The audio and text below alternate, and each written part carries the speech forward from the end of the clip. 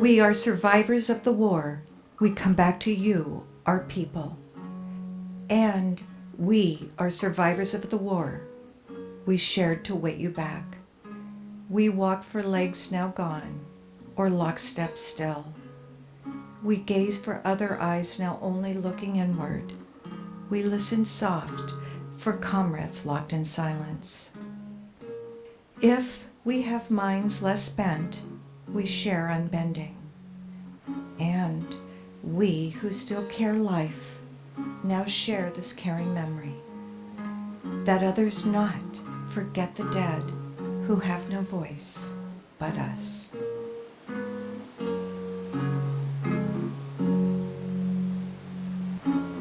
Thank you for coming along with us on this journey.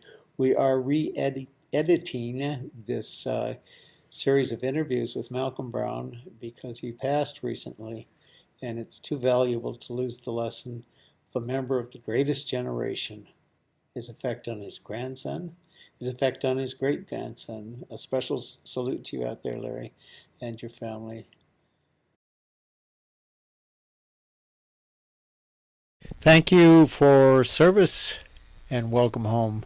Welcome to this segment of Vet House Voice as we continue to outreach, educate, and chronicle events and activities of interest and concern to veterans, affected family members, and the caring community. And boy, oh boy, do we have a surprise for us and a surprise for you possibly. Through hook and crook, we found a most distinguished and most articulate World War II veteran, served in the South Pacific, and this is going to be a time to just sit back.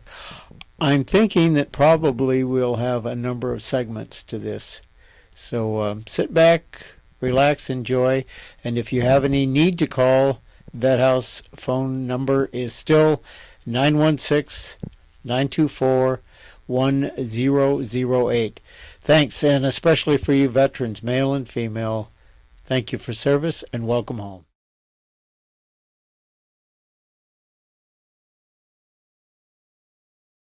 Yeah, are you comfortable? Probably as good as I can be. Okay, what we're going to do, Malcolm, and it's such a joy that we're in your house and that we're into your memories now, and what we're going to do is take a little walk down memory lane. Okay. You're part of that greatest generation, and again, thank you for service and welcome home. You're welcome. And we've got your grandson and your great-grandson waiting in the wings. So for right now, I'd just like to start off with where did you grow up when you were a kid? Montgomery County in Crawfordsville, Indiana. Why did you ever leave that flatland? Well, do you want to know? I sure do. Well, it's what we said. I said around that the people around there, I had a wife and then I had a daughter. She's out here now. And I would make $100 and they'd take $100 and $125 for a doctor bill. Uh-huh. So we decided where we're going to go. So we came to California. Of course, I was in Southern California. And I was a plumber. I done some plumbing work down there and put some houses up. Come home one evening and the wife, let's go home. I said, okay. So we went back and stayed one semester. And they started getting sick again after we had, I don't know what to call it, just, anyway, we spent more time in the doctor's office than anyplace else we came out here. And after we got out here, we got pretty well along and didn't have too many problems anymore. Just the fact that it was a better climate than what we left. So when you enlisted, were you enlisted or did you get drafted? Well, I was going to go in the Seabees, but I turned that down, and I think I was more or less enlisted. More or less. You had to serve, period. Yeah. Do you remember what year you went into the military? Well, I don't know. Was it before, during, or after the war?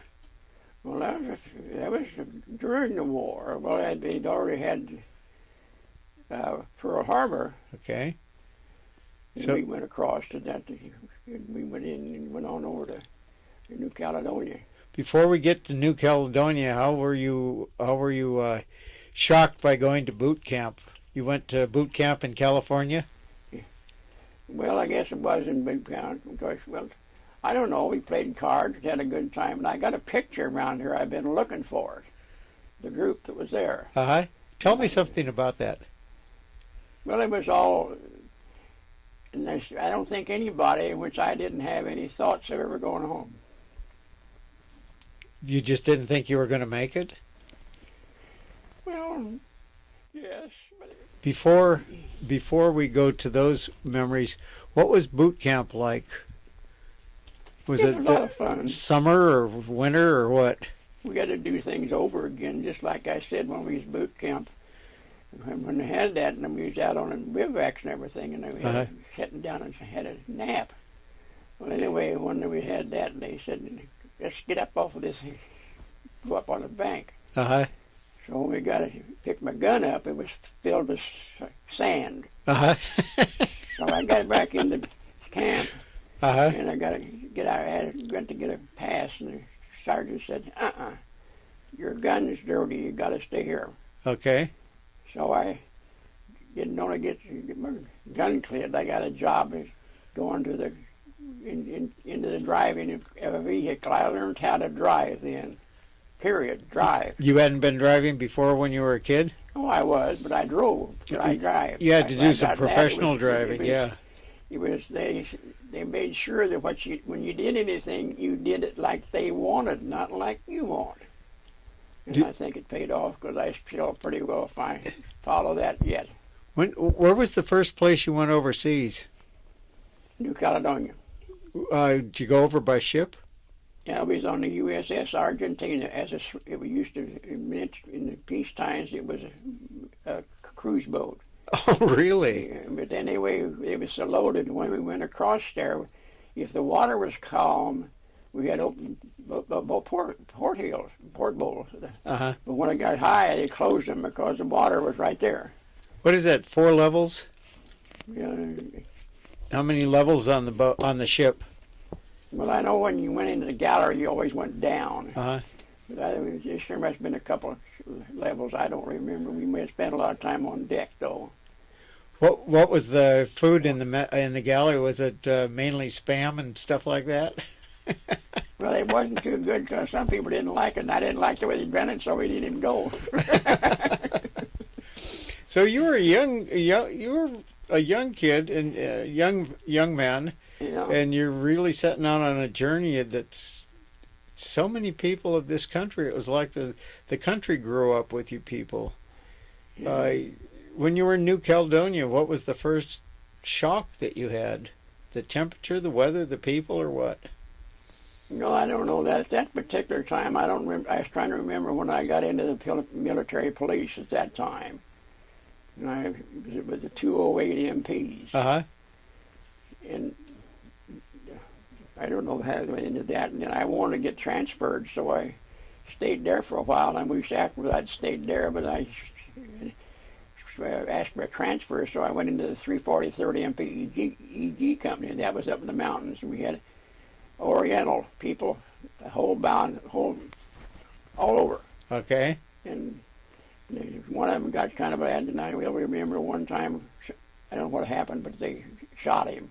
He was loose or something, but it wasn't me, but they took him to court and charged him $1, and he went home. They sent him home. Oh, the Army guy? Yeah. Yeah. So I never did kill anybody. Okay.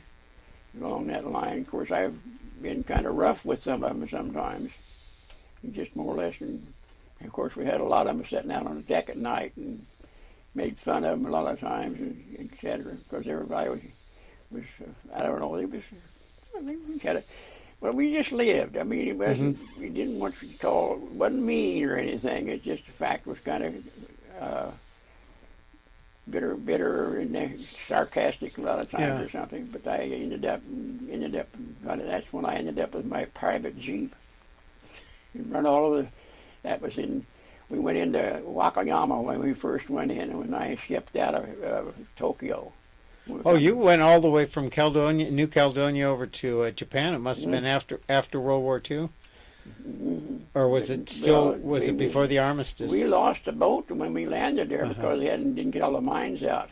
Oh, in New Caledonia. This was in Japan. Where were you? What harbor did you go into? Wakayama, I think it was. That's on the southern part. Okay.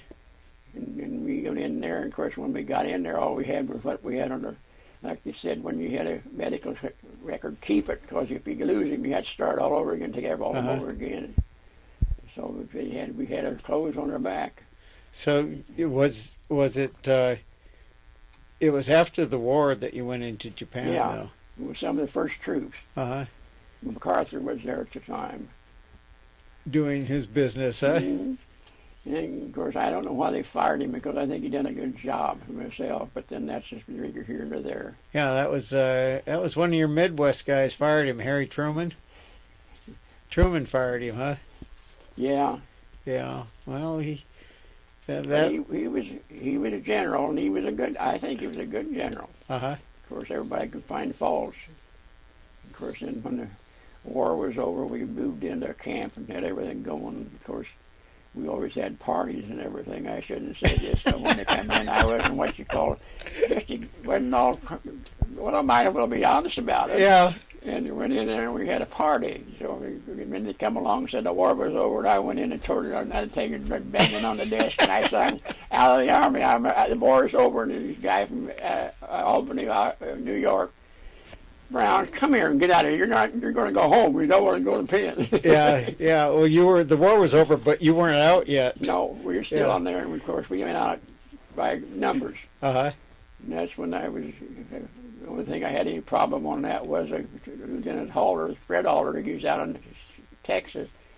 He told me to go pick up one of the fellows. His name, he was going home, but it wasn't around, and so go get him, and told me where he was at. So I went there and got him, and he said, "Come on, let's hurry." And I said, "No, I'm going to go home, but I'm going to take you like I want to go. If you don't make it, that's not my fault. But I made it." So he was on the boat and went home. So where did you disembark when you came back to the States? Well, we come up the Columbia River and went into it's on the river right there as you come out of the state, into the state, in Washington, I think it is. That's where we landed. Washington's on one side and Oregon's on the other side, Washington, right it was on Washington. I think it's still the camps up there. Oh, really? That's where we come in. And of course, then we got on a train. Of course, I think one guy was trying to keep track of us, and of course, every time we had to go take where everybody was at, they wasn't all there, and he just finally said, "Quit. If anybody wants to get home, that's up to their." What'd they do, go AWOL? Well, they would just get off and get it back on, because we got back in Fort Benjamin, Indiana, and everybody was there. You said that, you mentioned that a couple times your stripes were kind of floating up and then kind of floating down. Well, it's just one stripe. I don't think there's anything kept on the record. Ideas, I guess. So anyway, I don't know. I lived. I was a person. I was human. I was just like things around here now. Some people don't appreciate it, but I just kind of get a kick out of it. So when you came back to the States, how long did it take you to adjust? Going to the movies, going to dances, going out. We just. Of course, they got $20. Of course, we could. Every one of them we got back and went to work. Well, that was pretty good money then. I think we went in. They gave it to us $20 a week or $20 a month, and so we was doing that. And finally, they said, "Well, you better go to work." So I finally did, and went into the plumbing business. So were you back in Indiana then? Yeah, I was in Lebanon, Indiana. Okay. That's where I graduated out of high school in 1941. Did you go on to some more school afterwards? Did you go to plumbing school? Well, we read it by doing it. Oh, wow. I mean, it was this guy was there. He said he hired 25 people, but he kept 5. And I was one of the 5. Was there a lot of new building going on? Well, it wasn't a lot of building. He was doing a lot of repair work on some of it. And right now they buy all this stuff for gutter work and all that. We build our own in the shop because we worked 24/7, and we worked 5 days a week. We never got laid off because we were building or making our gutters and our ends and our downspouts and the whole ball of wax and the ferrules and all out of metal. And we made our own gutters round ones or square ones. How long did you stay in that business? Well, I was there until I left and come back to California. What brought you back here? That was sickness, Okay. bronchitis. Yeah. Easier to breathe back here? Hmm? Was it easier on your lungs? Is Well, that I what didn't you mind. It was a daughter. daughters? Yeah. They were both sick, and were sick 3/4 of the time in the wintertime. How old were you then? Hmm. Late 20s? I got married when I was 25. Uh-huh. I don't know when I came out here. Well, you can say that for your grandson's going to talk to you next. As soon as he goes and puts his jacket on, yeah. Yeah. Well, I don't know anything else. It was just the fact that, of course, we had horses a lot of time, and we played on the horses and rode them. And of course, I'd get thrown off every once in a while. And of course, Larry's going to go put his jacket on, and then he's going to replace me. And as the memories come up and the memories come back, we'll talk more about the things that interest you, about raising the family and about working and when your veteran status was a plus and then when it wasn't a plus, because some of the people that didn't go in the military, they got all these job advancements because they weren't, they were ahead of the game. There at home, it wasn't where you wanted to work. I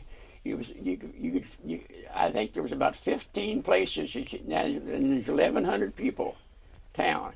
About 15 places you could get a job. If you wanted like to do this one, you got that one. And I finally got to this fellow that was a wonderful boss. That's where I was when he hired 25 and kept 5 of them. Was that building, a lot of building going on after the war was over? Well, not so much a really big building, but they was remodeling or fixing up problems. It was what the house, and they had time to do stuff to be capable to do it now. Okay, we're going to take a little bit of break here, and then we're going to bring your grandson out here. Okay. And so if you get over there and sit down there, grandson. Thank you for tuning in and turning on, and welcome to this part of the series focusing on World War II veteran and saluting World War II veteran Malcolm Brown. And thank you all and welcome home. My name's Larry Morgan. I'm Malcolm's grandson. After 45 years, because he's a proud man and quiet in a sense. We've heard some of the stories, but not the whole gist of it from beginning to end. So I wanted to add to and maybe ask some questions for in between stories that I've heard, and share a little bit of my insight and maybe get more of the story out as far as positive. All right, Grandpa. Well, I was wondering if you moved from Indiana to California prior to the war or after the war? After the war. After the war? 1959. 1959. Good. And that's because Mom's asthma cost more for the doctors to take care of her in Indiana than it did out here in California, where she could breathe better. Mm-hmm. Yeah. And there's when you landed in Japan, I know you said that you hit a mine that still hadn't been cleared. Sank the boat. Sank the boat, and you were left with what you were wearing. Right. What'd you eat? You know that I have no idea what we had. I can't. We sure must have had something to eat, because I don't remember not having anything to eat. Did you have candy bars? Yes, we did on some of them. One of them was, in fact, I loved a Clark bar, and every time I got one of them, you didn't eat any Clark bar, you ate diesel fuel. Yeah. Diesel fireworks in it. From the sunken ship. Yeah. Yeah. I thought that might be something you'd like to add. Well, it was ruined. They were ruined. They were ruined. Where'd you guys bunk after the ship sank? On deck, on the beach. On the beach? Mm-hmm. How'd you guys stay warm? Well, there was one thing we done that we shouldn't have done, because Bob, another guy from Connecticut or something, we both slept on the same little bed. And we decided we didn't hope nobody caught us, because they'd probably put us Yeah. tell us it didn't go. I thought you might like that. But we kept warm. Yeah. So you do you think the fact that you were MP and had your own Jeep has anything to do with the fact that you still drive at 93? Well, I didn't have it. I don't know what I just had my Jeep at that time. I did get that, I think, when we got there. But I was the MPs, and I don't. Of course, I was a postman too. I mean, I just had little odds and ends to do. I mean, and of course, I roamed the cities and knew where all the places to go and what place to see and what places we'd like to see. And of course, I just got to where it's just didn't get scared. I was worried about coming home. Yeah. Well, I know you taught me a lot of lessons that they taught you about driving. Yes, I drove up until the time I took that schooling, and I drive. I didn't just. They make a point of what it has to be done, and this is the way you do it. If I didn't have done it, didn't like they wanted me to do it, I wouldn't have been to drive it. Yeah. And that's just like that Jeep came mine, and that was my Jeep. And that's who it belonged to, nobody else but me. And if I had it sat there in the garage, and I think one guy took it out one night and brought it back, but then they thought, well, I think he had a little damage to it, and I said, well, that's not hurt, but it's been not. I didn't do that, so he went out, and he was one of those kind that always had a little extra hit with the bottle, I guess, and that was. Of course, I had been enough on them too, so I won't say any too much. Because other than that, one night we were sitting out in front of the PX and thing, and we kind of leaned over, and a coconut come off and just sailed off the top of my head. The benefits of the military? Well, I think there's a lot of stuff that was they built. They told you what. I don't say that you had to do it, but if you didn't do it, they can make you want to do it. Yeah, yeah. Did you get to teach anybody anything in the service? No, I don't know what I would have been. I mean, Fishing, hunting? I guess more or less I was a loner, I guess. Were I you? still am. Well, they gave you your own and you kept it. Yeah. Yeah, that's about what it amounted to. Yeah. Because I don't remember too many people. Two or three of them was kind of buddies. And was in the tents, the same tent, you might say. But then that was about the only thing. And of course, the only thing wrong with that is two or three of the fellows that I was in the tents with there, one of them borrowed some money, but I never could get the money back out of him, so I didn't loan anybody any more money. Even thought about it. How about fishing? Well, we done that on board ship. But now when we gone, because that's when I was talking about it. Somebody here last night, I think. The water was so deep on that ship, and that was in the Guinea when we sat, and I think we pulled in on account of there was too much going on out in the ocean, and they didn't have us go out. And when they pulled them fish up out, the ice popped out. Yeah, the rock cod or something low. Yeah.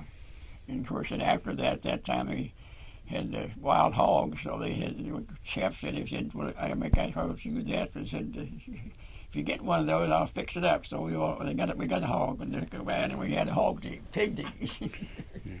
So I don't know. And of course, then they took crack a bunch of stuff and made boats for themselves. I mean, fuselage off of anything. Everybody tried to have something, and of course, they all had a little of this and that and the other. And of course, then we put different things on our gun, and they finally come up and said, "This don't work. You aren't Western cowboys. You're policemen." Yeah. Well, I don't know. It was really a good life, because, like I say, it's not the fact that I had tried to come up there a while, and I never thought about coming home. I mean, I thought I was going to come home on my own. I mean, I was still going to be here. I mean, I didn't think he'd look ahead to see anything about it getting kicked or shooting me or anything. We got in Japan. Because they were just tickled to death to see us. Most of them were. Because we was there and they was people and they had to put up with the war. And of course, that was all happened up there in Hawaii, and it still shows. So, I don't know. But it was a life that we made ourselves. We didn't make ourselves do it. We just enjoyed it. I mean, we didn't dread it, I might say. We just done it. Yeah. Did you help any of the Japanese kids learn anything? No, not really. I mean, of course, they spoke Japanese, and I didn't. One fellow in the company, he did get involved with it, and he pretty well talked with them, and I said, no, I spoke English. Yeah. Well, you didn't help them speak English? Well, we bought that one that time, went back, and we taught him how to speak English, but it wasn't much good English was, but then he didn't know any different. Oh, he didn't know that you were teaching him that. Okay. I didn't know he didn't know. I thought that's how he was learning. Yeah. So I guess I wasn't what you call perfect. No, I didn't. I just brought it up because I love the human side of you, Papa. I just wanted. I think that others enjoy the ability that you have to be who you are, the strong man that you were when you had to be, and still alive and enjoying life at the same time.